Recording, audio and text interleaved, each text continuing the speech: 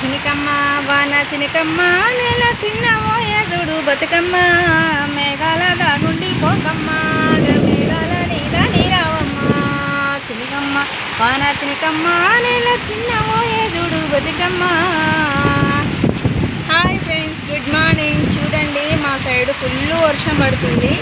ఇప్పుడు మనకు ఆగలైన దూపైనా అడగడానికి నోరుంది, మనకు తెలివి ఉంది, తాగగలుగుతాం, అడగగలుగుతాం. కానీ అది నోరు లేని జీవులు మన చెట్లు, ఇప్పుడు ఈ చెట్లు ఉన్నాయి, దానికి దాహం అవుతుంది, చెప్పుకోలేని పరిస్థితుల్లో అది ఎండిపోయి చచ్చిపోతుంది కదా ఫ్రెండ్స్.